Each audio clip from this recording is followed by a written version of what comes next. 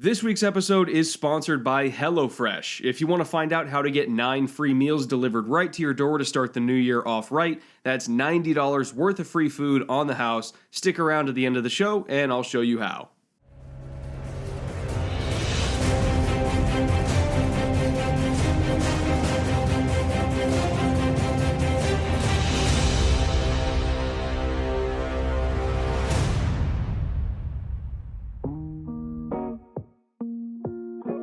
There is a famous quote about poker from author Mark Pilarski that goes, "The smarter you play the game, the luckier you'll be." And in a way, I think that sentence perfectly summarizes the reckless gambling nature of the Patriots defense this season. They get lucky at times, yes, but most people don't expect their incredible rate of turnovers and big plays to be sustainable because it just seems like dumb, blind luck. I mean, how could it be sustainable if it's just a series of flukes after all? But in reality, a lot of what people see as luck on defense, at least for the Patriots, is really just the product of being very disciplined, very aggressive, and above all, very, very smart. The Pats go all in with every last chip on the table a lot, and they win most of their games as a result of that. But there is a calculated nature to New England's belligerent, in-your-face playstyle on defense that I find fascinating. They're almost unapologetically aggressive at times, and they never blink first when staring you down. But that being said, just like in poker, in football, if your opponent figures out what your tells are when you go all in, or if he deciphers your tendencies and knows exactly what you're going to do and when you're going to do it, sometimes it doesn't matter how many good hands you get dealt. You're going to get the whole pot taken from you eventually. And as crazy as it sounds, and despite how good at gambling this Patriots defense is, I think their opponents are starting to figure out their tells. This past week, there was a long touchdown to John Brown for 53 yards against Stephon Gilmore, and on the surface, it just looked like a regular old coverage bust. It seemed like Brown just got Gilmore to bite on a double move outside, and it looked like McCourty just got caught with his eyes in the backfield for too long. And yes, I suppose both of those things are true to a degree, but beyond just the simple explanation, I wanted to find out why this happened. I wanted to go through all of Stephon Gilmore's tape this season and find the root of what Buffalo saw to make them design and call this exact play in this exact moment when they needed it the most. I wanted to find out why it worked, not just how it worked. And needless to say, what I found was rather concerning for the Patriots defense going forward.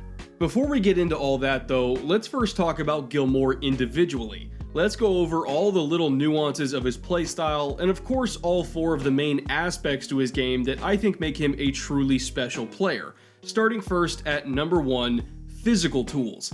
Obviously, he's got all the athleticism you could ever want in a shutdown corner, legit 4.4 speed, 36 inches of vertical explosiveness, great hip fluidity and all that. He's an elite athlete in basically every way, and he has good size too. So there's really no receiver out there that is a great physical matchup against him.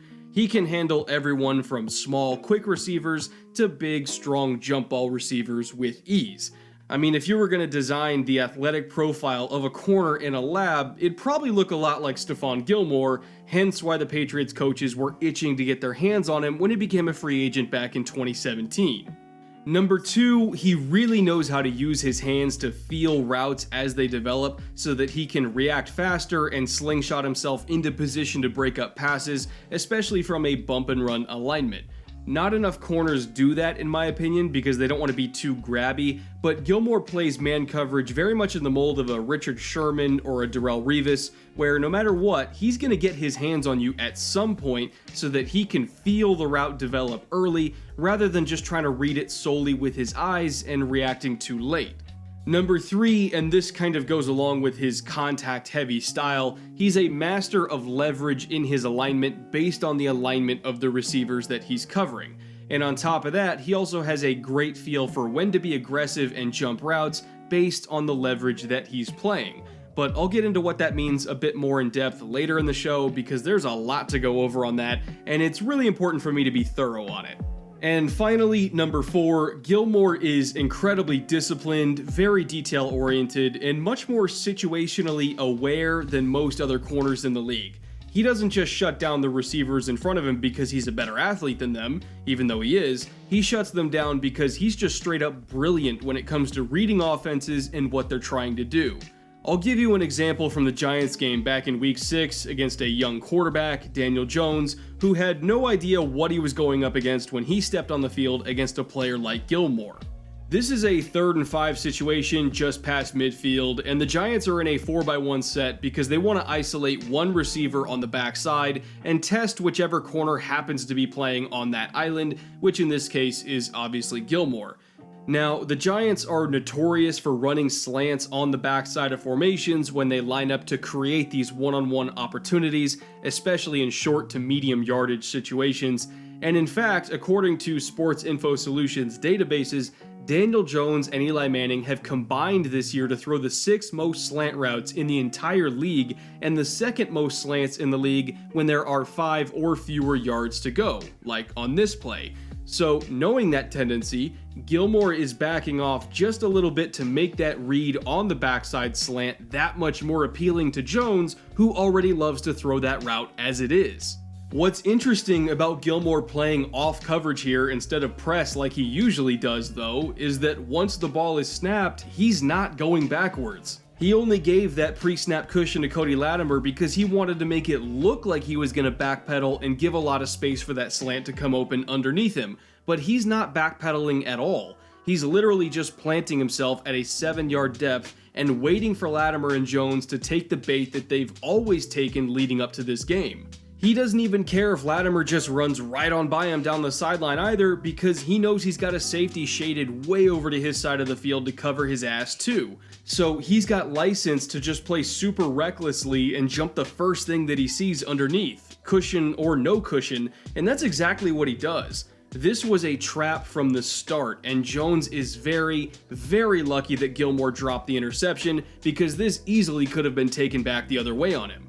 This play just goes to show, though, that even though Gilmore was playing a very risky technique, and even though he took a huge chance to jump that route without any hesitation, he knew that his risk was mitigated because of the safety sitting there behind him, and because of the film study that he had done on the Giants' offense to decipher their tendencies.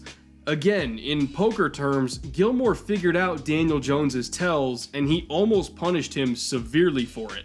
Throughout this season, Gilmore didn't just prey on rookie quarterbacks in their first few starts, though. He set traps and jumped routes against everyone from Baker Mayfield to Ryan Fitzpatrick to Andy Dalton and Dak Prescott.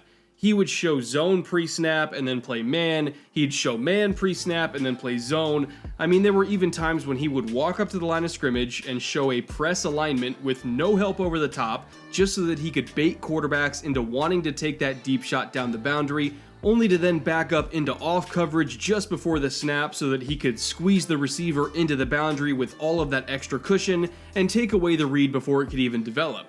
This guy is a master of mind games when it comes to screwing with receivers and quarterbacks, and that's part of what makes him such a scary target to throw against, because sometimes it's very hard to figure out exactly what he's going to do. But all that being said, just because he's sneaky and disciplined doesn't mean he can't be a bit predictable in his unpredictability, if that makes sense. At the end of the day, the Patriots defense is still a system with a lot of clearly defined rules for DBs to follow while they're taking all of these risks, and once you figure out what those rules are, Gilmore's little tells are a lot easier to understand. Again, let's go back to the root objective of this entire episode in the first place, that John Brown touchdown against Gilmore from last week. What tipped them off that he would jump the double move that hard to let Brown get that wide open? What tell did they see on film in the first place?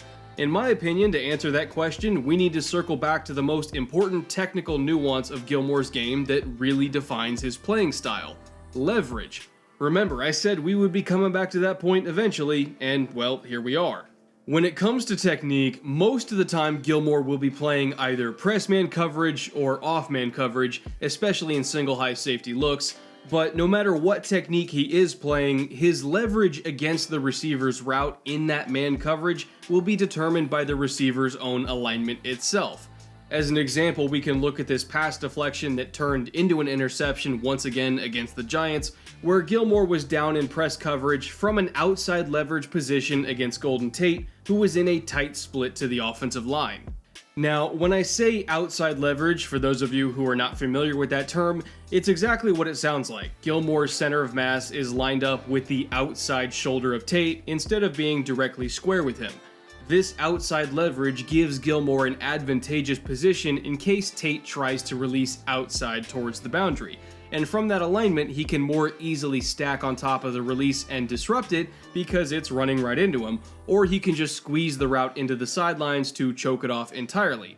But at the same time, because Gilmore is leveraged so far to the outside, he is conversely at a disadvantage against any routes that break inside away from that leverage. That's why he really only uses outside leverage in his alignment when the receiver himself is lined up in a tight split towards the middle of the field, because a tighter split puts the receiver in closer proximity to Gilmore's safety help that is also in the middle of the field. So he's a little bit more protected from losing on those inside breaking routes because the safety is right there. Think of it this way, and I'll use this pass breakup against the Chiefs as an example within our example. If the receiver is lined up inside the numbers where he's closer to the safety help inside, Gilmore will usually line up with outside leverage to funnel the receiver towards that safety. If the receiver bumps out to a wider alignment outside the numbers away from that help, then Gilmore will transition to inside leverage instead and try to funnel those routes into the sidelines where he can use that confined space to choke the route off. His alignment is always dictated by the receiver's alignment, with very rare exceptions like certain blitz packages that change his techniques, like zero blitz or something of that nature. Now, back to this play against the Giants, since we understand his leverage rules within the Patriots system now. Off the snap, we can see Gilmore really try to get into Golden Tate's chest to disrupt his release as much as possible, which some might consider risky because if you miss that punch at the line of scrimmage, you can very easily lose a step and get burned over the top. But Gilmore knows that he has help over the top from Devin McCourty on any inside releases, especially vertical releases to the inside, so he's really not worried about that, and he's free to just be as aggressive as possible. Also, part of the reason why Gilmore is being so physical here is because he knows he's at a huge disadvantage against short inside releases because he will automatically be put on the wrong side of that break before the play even starts. So if he can maintain strong contact with his hands and feel the route, like I said earlier, he can get a better idea of when that break to the inside is coming, and he can drive on it faster while not losing as many steps in his transition.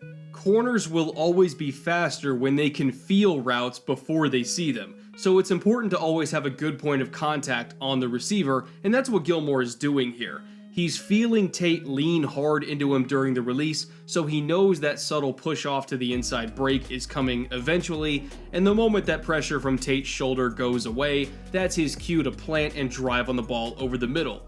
The pass is thrown slightly behind Tate, so Gilmore is more easily able to bat it into the air, at which point John Simon comes flying in from out of nowhere to pick it off. Again, playing smarter leads to getting luckier, as they say. And to me, this play is a perfect representation of what Gilmore is as a corner. Intelligent, physical, instinctual, explosive, and fundamentally flawless from head to toe. If you want to know why this Patriots secondary is so good, if you want to know why they're constantly undercutting routes and playing with damn near reckless abandon on every play just to try to force turnovers, these kinds of results are why. If these corners have safety help over the top and in the middle, even when they're lined up in outside leverage, they're going to jump every single route they can, especially Gilmore, because they know they have help, and they know that even if they miss the pick, those safeties will be there to clean up their mess and at least limit the gain to just a first down instead of a touchdown. It's a calculated risk that these DBs take every single week, and most of the time it works because they're all keenly aware of when they can jump routes and when they can't. This entire secondary is a wonderful blend of instincts, improvisation, and technique, and there's very few other defenses that I've seen that play like this. But even with all of those jumped routes and crazy interception totals, there's enough tape now on this unit that teams are starting to figure out what they do and how they do it, And every once in a while, that calculated aggressive style will lead to bluffs being called and huge plays being made against them. And that, my friends, leads me back full circle once again to that John Brown touchdown, because now that you know how this secondary fits together, it's a lot easier to explain what really happened. Before the snap, Gilmore is playing slight outside leverage over Brown in the slot because of Brown's tight split inside, as he usually does, and again with Devin McCourty sitting there at only a 15-yard depth in the middle of the field, theoretically that inside help should be enough to protect Gilmore from getting beat on any double moves to the deep middle. And I'll emphasize that keyword once again, should. With McCourty back there and with Gilmore believing that he had help, his mentality and his role from this particular alignment were the same as they had always been in every other game. Aggressively play any release to the outside, jump it as hard as possible because there's no help over there, and if the release is deep or inside, just funnel it to the safety like he always does. Right after the snap, you can see that is exactly what he was doing. He was playing rather conservatively at first from outside leverage, floating over the top, and he was preparing himself to drive on the first route he saw in either direction no matter what. So once Brown gave that little nod outside like he was running a corner route, it was on.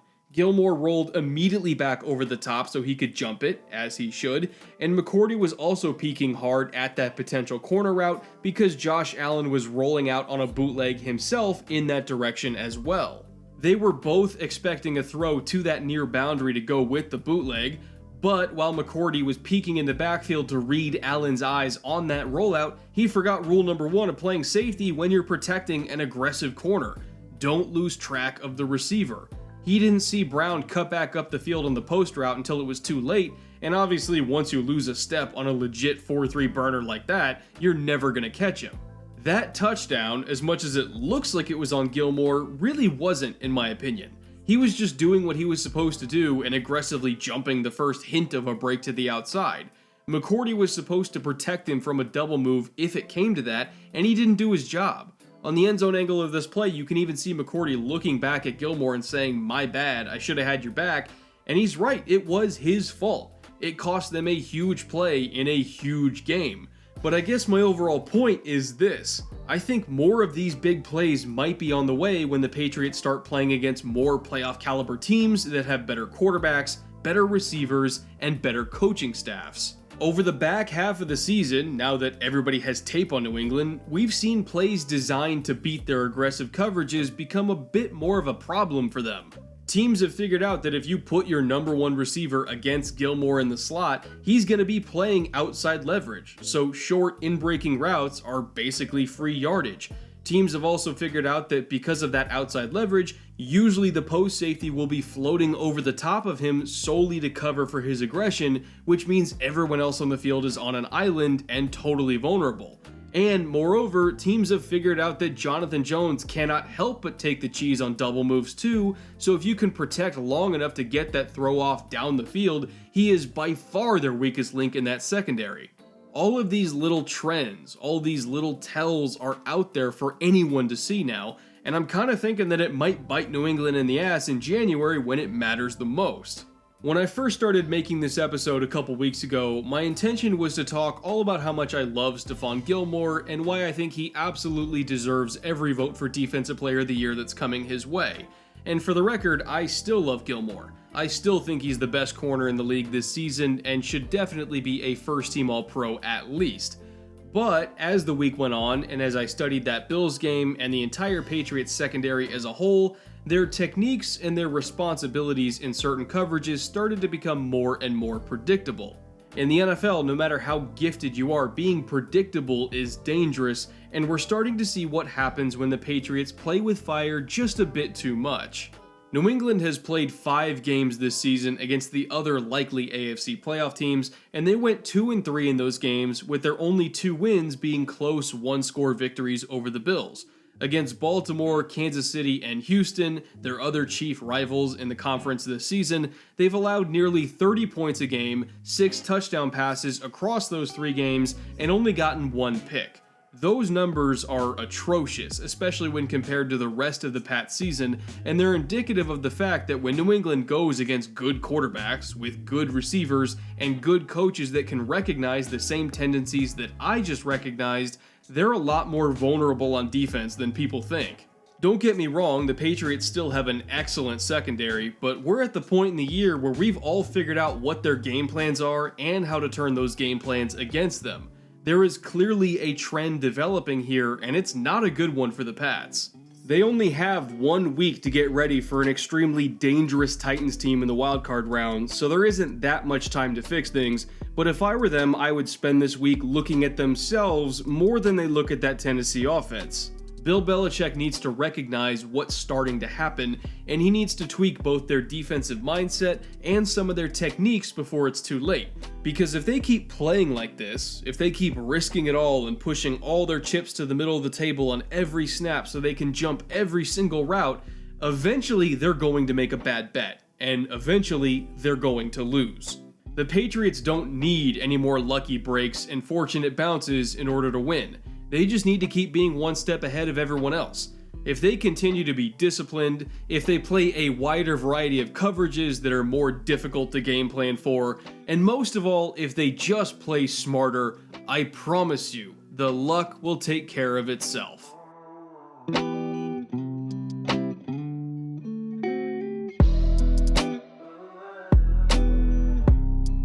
Thank you so much for watching this week's episode, and again, thank you to our sponsor this week, HelloFresh. They came in super clutch for me a couple weeks ago when they sent me a few meals to try out for a week just to see how I liked it. And at the time, I had an extremely sick wife that I was taking care of. I had to clean our house before having all of our family over for Christmas, and I was putting about 50 to 60 hours into that Michael Thomas episode that I was working on, and I just straight up did not have time to go to the grocery store. And in fact, most weeks, I really don't have time to go to the grocery store because on average, I'm putting in somewhere around 65, sometimes 70 hours into these shows. So taking the time to plan out a meal and go buy ingredients and actually cook it is just sometimes impossible.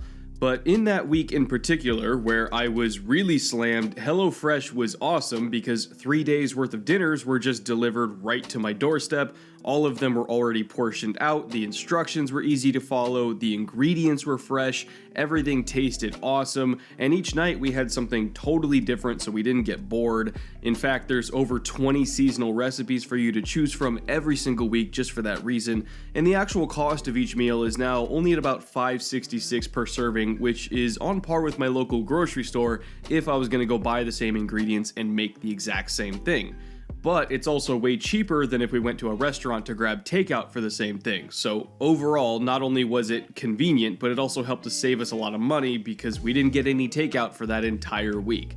So for someone like me that works constantly, that also has a wife that works constantly, and neither one of us has the energy to shop or cook on some nights, HelloFresh is a godsend, and I cannot recommend it enough. There's a reason why they are the #1 meal kit in America, and that's it. So if you want to try it out for yourself just to get a taste of how convenient and easy it will make your life, please check them out at HelloFresh.com at the link in the description below, and use promo code FILMROOM9 to get 9 free meals in your first month, a $90 value just for trying them out. Again, can't recommend them enough. They totally saved my entire week, and I think it's worth giving them a shot to see if they can do the same thing for you guys too.